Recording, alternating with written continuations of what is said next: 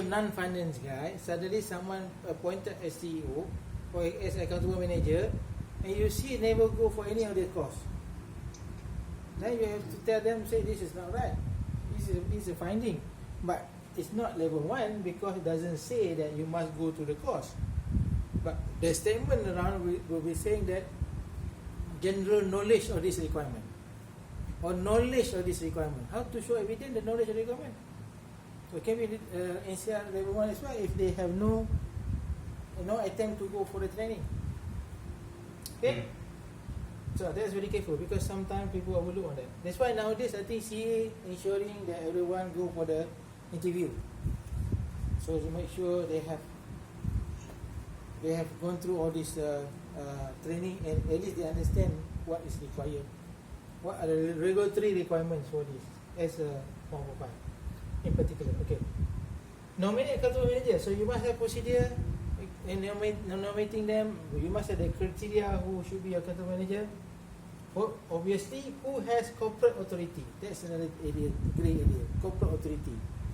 Like I was saying this morning, you are a big airline, you're a big company.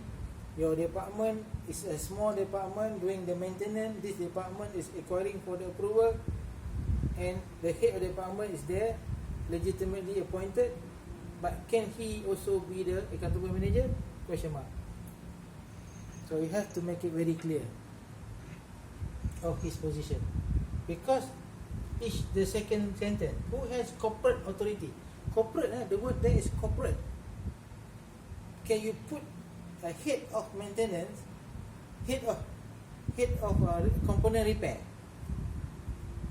Head of component repair, he is the AM accountable manager for 145. Does he have the corporate authority?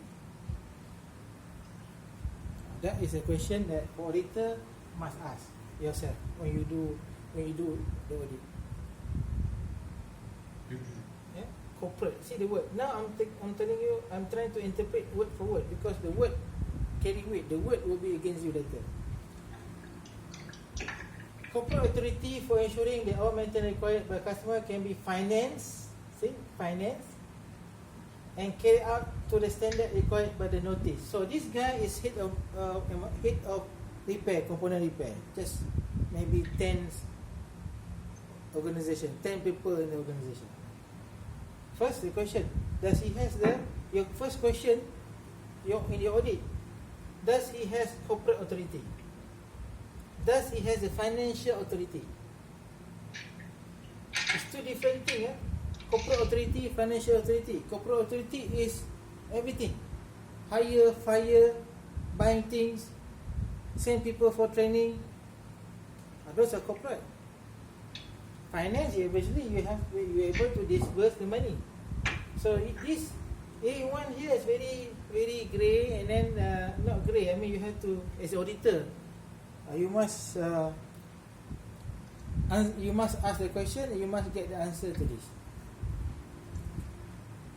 Okay, I'm telling you what. Another thing now is, if you do a good audit, now their IASA, I think CA also going through that process, going through this practice. They call it risk-based surveillance, risk-based audit.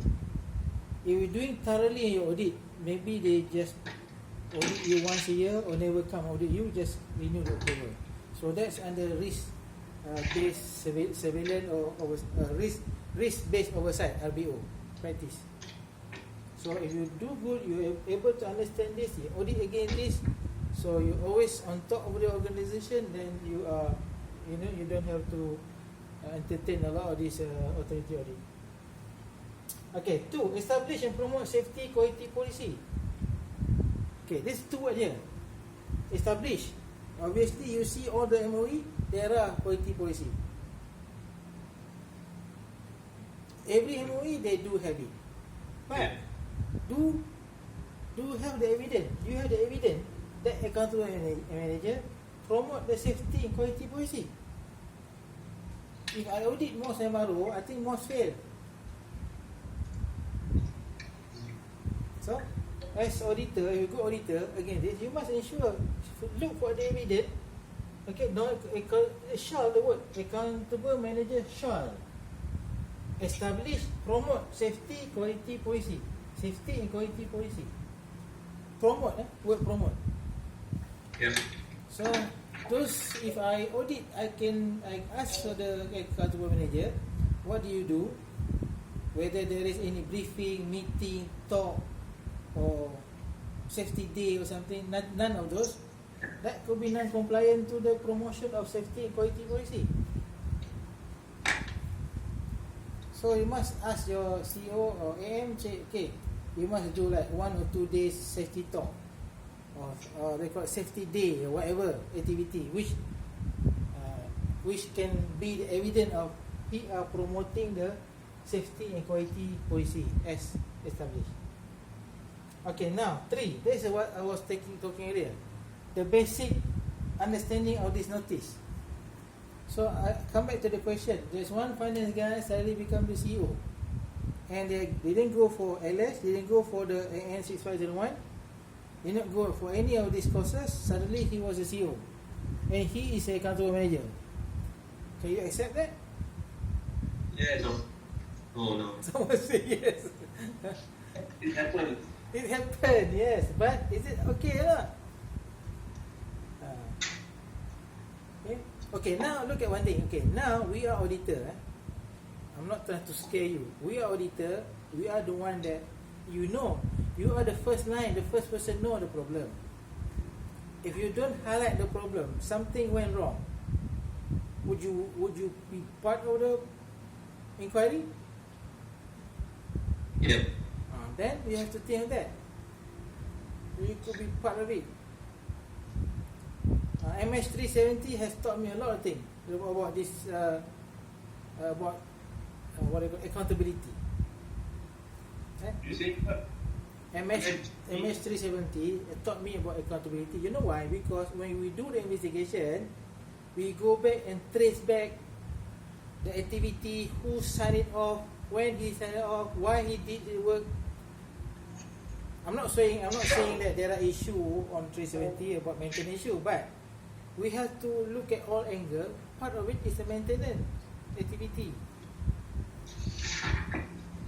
No issue on maintenance on 370 is no issue, but the process mean that if you're not doing things properly, it will be exposed, and then that activity, that exposure will be in the report, so it's not good.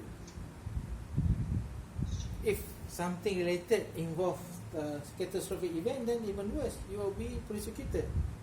So that's why you must be vigilant. For example, again, promote safety quality policy. You do the audit, you see it's not happening, you just forget about it. Boom, something happened. There's a lawsuit.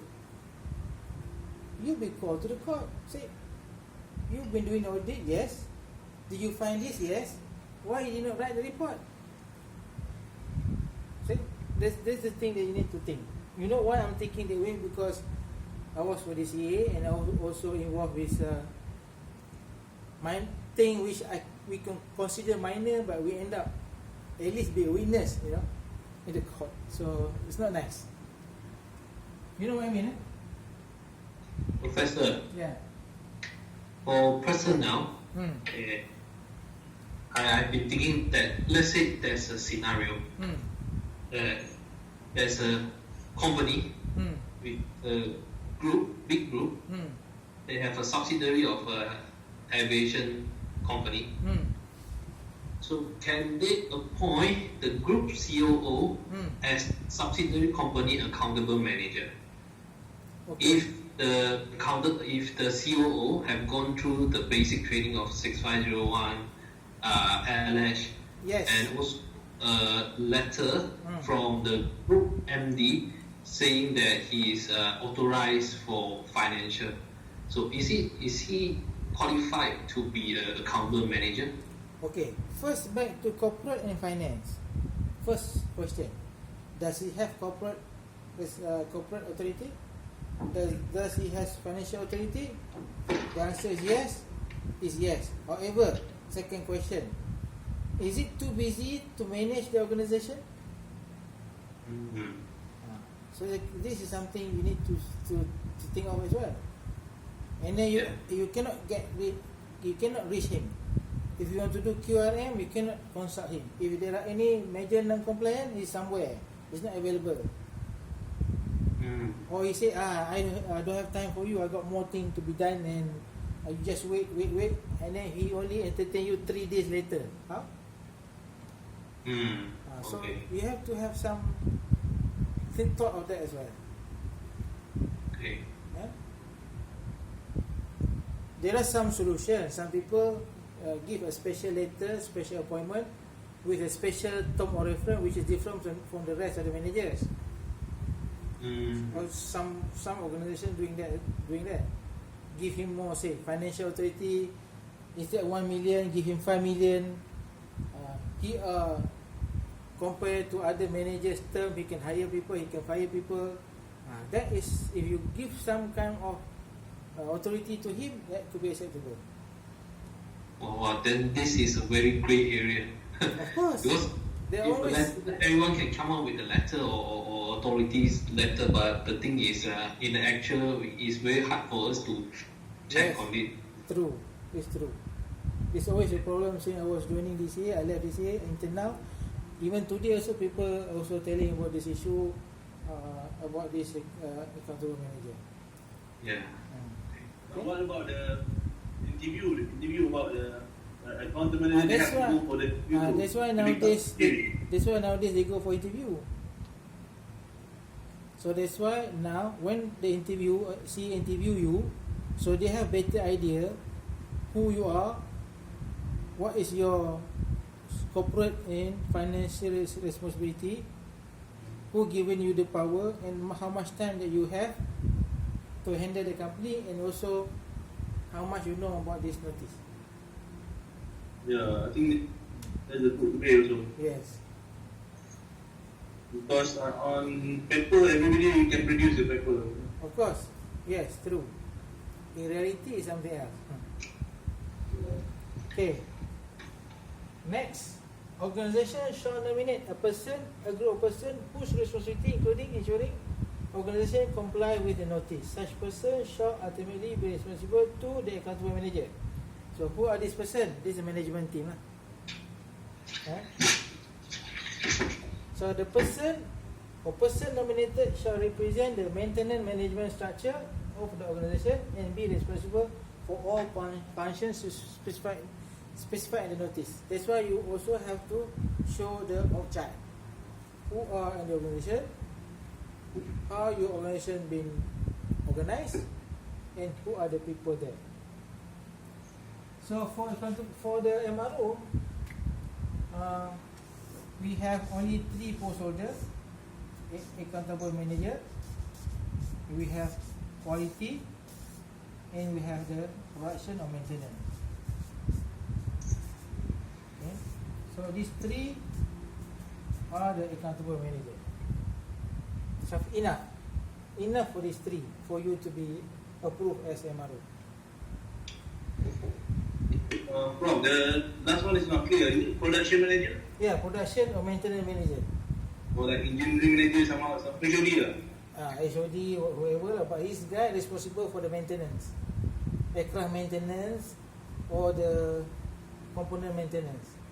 He's managing the group. He's not the one doing it, but managing the group. But if you have very small MRO, he also may be the person doing the work.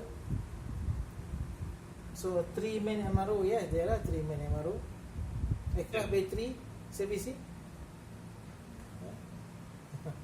Okay. So now the persons. Okay. So B2. Person or person nominated shall be identified and their credentials submitted in the form manner established by DG. Okay. That's why you have to submit the form 4. So these 3 person here must submit form 4 for the authority approval. Okay, next is the APC form is still no longer there. Now no longer used. There's form 4 like IASA. You have to submit. And they also now I saw someone they got the certificate for it. Oh, okay. Post order they got certificate. Nice. It's better for you to keep it. Really, correct is it? What again? There's a certificate given by CA, right, for the post holders. For CAM don't have. Huh? Or CAM don't have. They didn't issue any certificate for post holder. Oh, okay. What do you Just a letter. They just a letter saying that okay they accept as a post holder, that's all. When you got it, I think the letter one, I saw the latest one, they got some sort of certificate. Not certificate, it's just nice letter lah. So far I only have email, that's all. There's no letter saying that. Okay. Yeah. Okay, now the person or person nominated shall be identified in their credentials submitted. Okay, now the person nominated should be able to demonstrate relevant knowledge, background and satisfactory experience related to the aircraft or component, and demonstrate working knowledge. Okay, this item 3 here is competence. So what you need to do to be competent, you must have knowledge. Okay, so talking about the person must be competent. What you need to know, to do, what is competency? Knowledge, skill, experience. So that's why they say that relevant knowledge, background and satisfactory experience, and then demonstrate working knowledge of this notice as well. So working knowledge of this notice as well. So this is the thing that they need to show. So what you need to do is, for this situation, if you're doing the audit, you ask for their personal file. Everyone must have personal file. Personal file should have this evidence of knowledge, evidence of skill, evidence of work experience. So the personal file can be in many form, can be hard copies, and nowadays most organizations they put it in the e-copies. Easier. Okay. Now, procedure shall make clear to deputize if the 3 person they are missing, lengthy absent.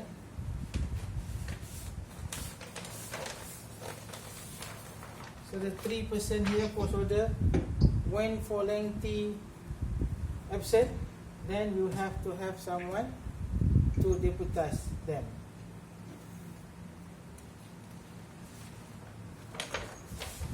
Next, C. Accountable manager shall nominate person with responsibility for monitoring quality system. So you must have a quality person, quality group, quality manager. So quality manager, this is production or maintenance manager. So this is a post order. Responsibility for monitoring the quality system. So monitor quality system. So audit is one of the tools to monitor the quality system. Okay, it's very clear in the requirement. Responsibility for monitoring quality system, which is the tool of the monitoring quality system is audit. Associated feedback system. So there should be feedback system, either from staff, from us, staff, and everywhere. It must be a feedback system. And then this person here, QA, direct access to the accountable manager to keep him properly informed on the quality compliance matters. That's why I was discussing about the very busy accountable manager. We fall into the area where we are not able to communicate.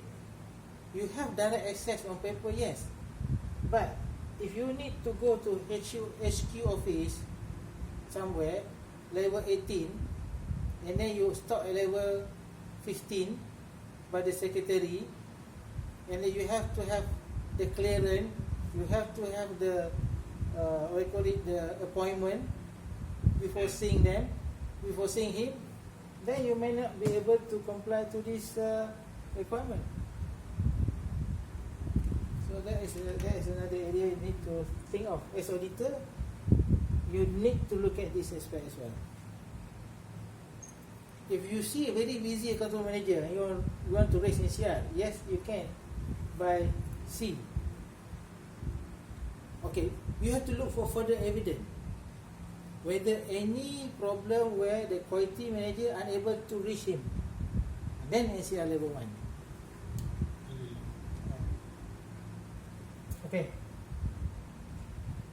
Professor, if let's say we conduct an audit and we request to meet the account manager and it's not available, you need to do appointment. So is considered NCR. Okay. If that is often, okay, NCR is considered when the quality manager unable to talk to him direct. Oh, okay. You got problem, say you got non-compliant issue. For example, your certifying staff left. Now you need to employ one.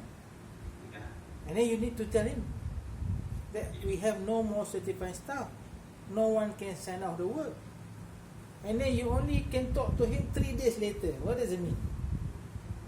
Yeah, it's unacceptable. Yes, so that is could be NCR. Is it compulsory for the accountable manager to be there during the audit? Let's say Part 145 audit.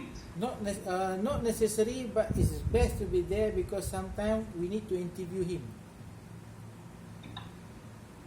Okay. You must make sure, okay, he's busy. First, you must tell him that they are coming for the audit. Authority is coming for audit, whatever authority. Then, if you want to be more proactive, you ask the authority whether there is a session to interview the accountable manager. You tell him that my accountable manager is very busy. Say, but we are okay. We will make him available. He will be available to show support of having the approval. But we just need day and time when exactly you want to talk to my account manager. Just talk to them nicely. If we go back to the requirement 7.2